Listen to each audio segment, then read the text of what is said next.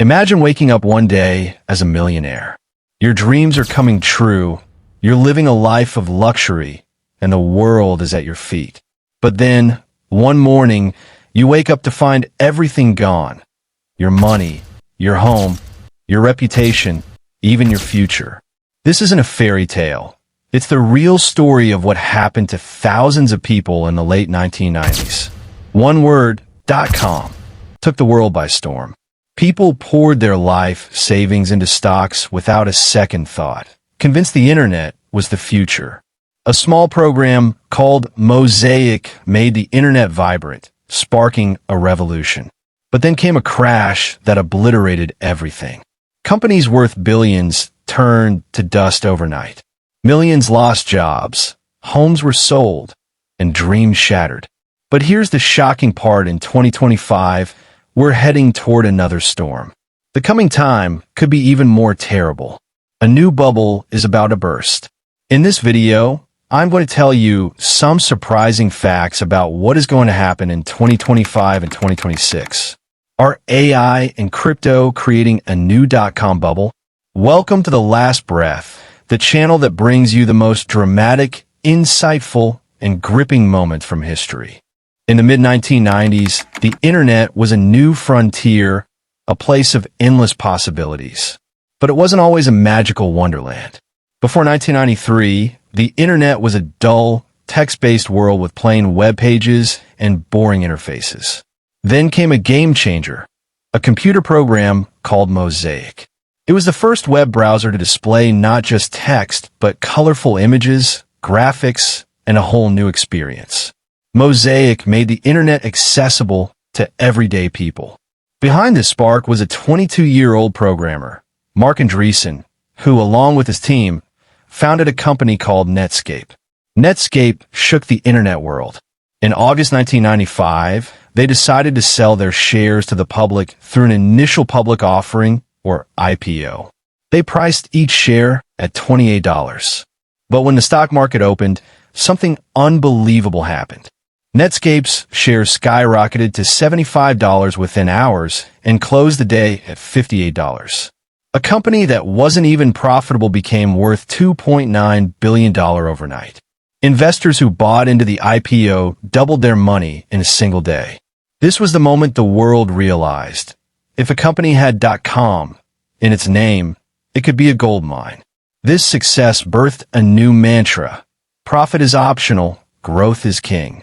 People started buying shares of any company with a .com in its name, regardless of its business model. It was a gold rush, a .com gold rush. Everyone wanted to start an internet company. Venture capitalists, who fund new startups, were throwing money at anything with potential. For example, Pets.com launched an online store for pet toys and supplies, betting people would order dog food online. Boo.com created an online fashion store for high-end clothing.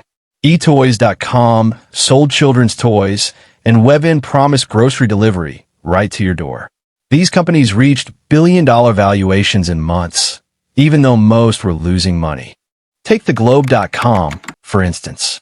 It was a social networking site, a precursor to today's Facebook, founded by two 20-year-old college dropouts. In 1998, their IPO saw shares soar by 606% on the first day, the biggest first-day gain in history. Those founders became millionaires overnight. But it was all an illusion. By 1999, .com companies were everywhere. That year, 457 companies launched IPOs, and most saw their shares jump 80 to 90% on day one. Regular people, who knew nothing about the stock market, were pouring their life savings into .com stocks. It was madness, or maybe insanity. In 1996, Alan Greenspan, the chairman of the Federal Reserve, called it irrational exuberance, a warning that the market was inflating like a balloon, ready to burst. But everyone was making money, so no one listened. FOMO, or the fear of missing out, consumed everyone. Company CEOs acted like rock stars. Boo.com burned through $188 million in 6 months on private jets and lavish parties. Pixelin threw a $16 million launch party in Las Vegas, featuring bands like The Who, only for it to later emerge that its founder was a fugitive con artist scamming investors. Cosimo.com offered free delivery on anything, be it a single candy bar or a DVD, by couriers. They had no business model, yet investors poured billions into them. These companies weren't selling products. They were selling shares, surviving only as long as new investors kept coming. Webvan is a prime example of this frenzy. In 1999, it launched an online grocery delivery service. They sold 25 million shares at $15 each in their IPO, built delivery vans, massive warehouses, and multiple delivery hubs. They even hired a former Apple executive to impress investors, signaling a bright future. Webvan's valuation hit $10 billion in no time. But the truth? They were expanding so fast that costs were out of control, losing money on every order. This balloon couldn't stay inflated forever. In 2000, three major blows bursted. First came the Y2K scare. In late 1999, people feared that when the year 2000s arrived, old computer systems would reset to 1900, crashing banks, electricity, and transportation.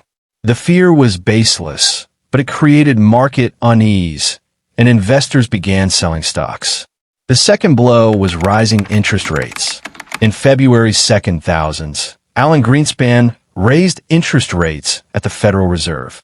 Borrowing money became more expensive, and saving in banks became more profitable. Investors pulled money from stocks and parked it in banks for higher returns. Dot-com companies, dependent on new investor cash, were left stranded. The final nail in the coffin came from Japan. In March 2000, Japan, then considered the king of technology, announced its economy was collapsing. This sent a message. If Japan was sinking, what hope was there for the rest? Panic ensued, and investors dumped risky dot-com stocks. The Nasdaq index, which peaked above 5,000 points in March 2000s, crashed to 1,000 points within 2 years. $1.75 trillion, roughly $1,450 trillion in rupees, vanished. Companies like Pets.com, Webvan, eToys, BOO.com, and the Glow.com shut down. Millions lost jobs, homes were sold, and the dot-com dream turned into a nightmare. Yet from this wreckage, some companies emerged stronger. Amazon, despite losses during the bubble, refocused and became the king of e-commerce. Google, founded in 1998, dominated search engines. eBay and Apple survived with solid business models. Experts say the real culprits were venture capitalists and investment banks, whose greed fueled the fire. The dot-com bubble was a painful but crucial lesson in internet history, teaching that no matter how revolutionary a technology, basic business principles always matter. Now, let's fast forward to 2025. Have we learned anything? Or are we repeating the same mistake? Today, the AI and crypto worlds are buzzing with the same frenzy as the dot-com era. Companies are raising billions by slapping AI or blockchain on their names, even if they have little to do with the tech. Take Builder.ai, for example. In 2023, they hosted a lavish party in a 5-star hotel in Vietnam, attended by global celebrities. They claimed their AI could build apps without coding. Big names like Microsoft and SoftBank invested $250 million in a single day, pushing the company's valuation to $1.5 billion. Everyone thought this was the future of AI. But when the curtain was pulled back, it turned out their apps weren't built by AI, but by human engineers in India, Vietnam, and Romania. Builder.ai faced allegations of fake revenue and round-trip billing, and by 2025, it's under fraud investigation. This isn't an isolated case. FTX, a crypto exchange, hit a $32 billion valuation in 2021, but collapsed in 2022 after misusing investor funds. WeWork, an office-based company, reached a $47 billion valuation in 2019, but crashed due to a flawed business model. These stories echo the dot-com bubble, where big promises blinded investors. In 2025, the AI frenzy is everywhere. From companies like xAI, creators of AI models like Grok, to small startups, everyone's chasing AI funding. But experts warn that many lack solid products, riding purely on hype. If this bubble bursts, the fallout could rival the dot-com crash.